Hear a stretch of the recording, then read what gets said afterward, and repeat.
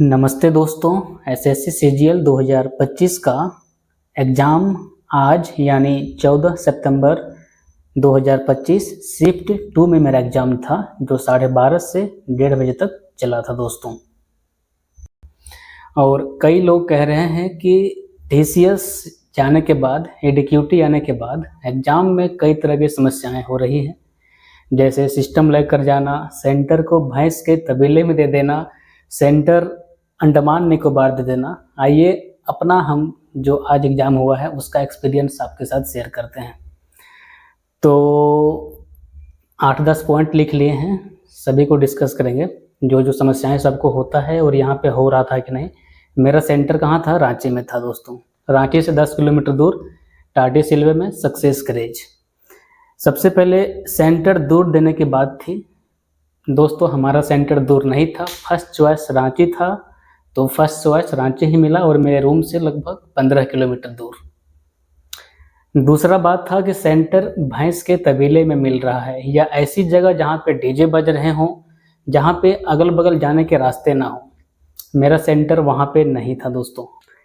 ठीक है, आप वीडियो में देखिएगा, सेंटर बिल्कुल मेन रोड पे, रांची पुरुलिया रोड पे था।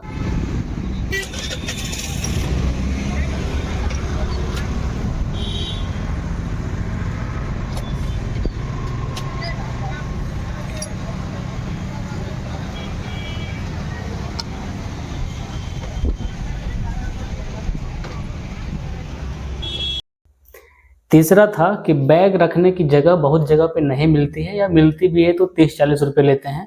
यहाँ पे आराम से अंदर ले जाने के लिए देते रहे थे बैग, और वहीं पे रखने की व्यवस्था थी, तो बैग रखने का समस्या नहीं था यहाँ पे। उसके बाद अंदर जाने के बाद, अंदर जब घुसा लेता वहाँ पे, तो पहले फ़ोटो भी मांगता था और आपका वैलिड आईडी प्रूफ जिसमें डेट ऑफ बर्थ लिखा हुआ हो। लेकिन इस बार फ़ोटो नहीं मांग रहा था, सिर्फ वैलिड आईडी प्रूफ जिसमें डेट ऑफ बर्थ लिखा हुआ होता है। तो ये आधार कार्ड या फिर पैन कार्ड, दोनों में किसी एक को आप दिखा दीजिएगा तो आपको अंदर एंट्री दे देगा।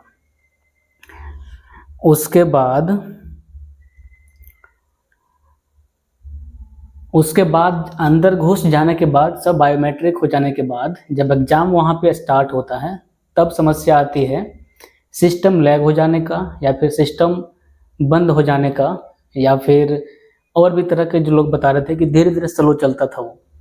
तो सिस्टम स्लो चल रहा था, कुछ ना कुछ टीसीएस के मुकाबले इसमें माउस क्लिक कीजिएगा तो थोड़ा सा लैग कर रहा था टीसीएस के मुकाबले की अगर बात करें तो।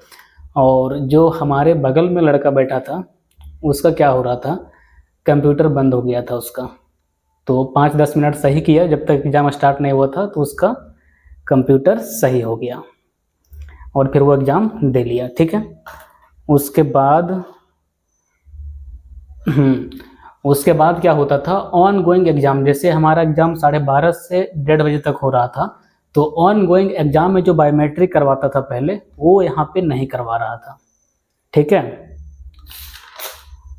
अब आगे क्या और चीज़ होते हैं उसके बारे में देखते हैं। पहले क्या होता था कि एग्ज़ाम आपने दे लिया तो एग्ज़ाम के एंड में आपको देखने को मिलता था स्क्रीन पे कि मैथ में आपने कितना अटैम्प्ट किया, रीजनिंग में आपने कितना अटैम्प्ट किया, इंग्लिश में कितना अटैम्प्ट किया और जीएस में कितना अटैम्प्ट किया। लेकिन इस बार का जो पेपर था एडीक्यूटी का, उसमें ये कुछ भी नहीं दिखा रहा था, कौन से सब्जेक्ट में आपने कितना अटैम्प्ट किया, कुछ नहीं, या ओवरऑल अटैम्प्ट भी नहीं दिखा रहा था कि 100 में आपने 80 अटैम्प्ट किया, 75 किया, ये नहीं दिखा रहा था। उसके बाद एक समस्या और, पहले जो आप जब एग्ज़ाम दिए होंगे टीसीएस पैटर्न पे, टीसीएस वाले में, तो उसमें क्या था बात कि अगर आप किसी क्वेश्चन को मार्क फॉर रिव्यू करते हैं तो वो अगले क्वेश्चन पे मूव कर जाता था। जैसे अगर आप क्वेश्चन नंबर 5 को मार्क फॉर रिव्यू किए तो तुरंत क्वेश्चन नंबर 6 पे ले जाता था और question number 5 mark for review हो जाता था। लेकिन इस बार क्या है, अगर क्वेश्चन नंबर 5 को आपने मार्क फॉर रिव्यू किया तो वहीं पे मतलब उसी पे रह जाता है, आपको मैन्युअली क्वेश्चन नंबर 5 से क्वेश्चन नंबर 6 पर मूव करता ही नहीं है, आपको मैन्युअली वहाँ पे सेव एंड नेक्स्ट करने के बाद आप क्वेश्चन नंबर 6 पे मूव कर सकते हैं। उसके बाद नहीं था, मैन्युअली करना पड़ता था, बस इतना ही चीज़ था और मेरा एग्ज़ाम का रिव्यू यही था दोस्तों।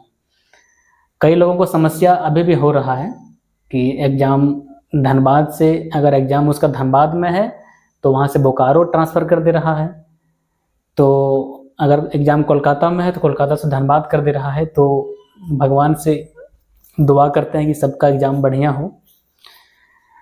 चलिए, यही था मेरा रिव्यू।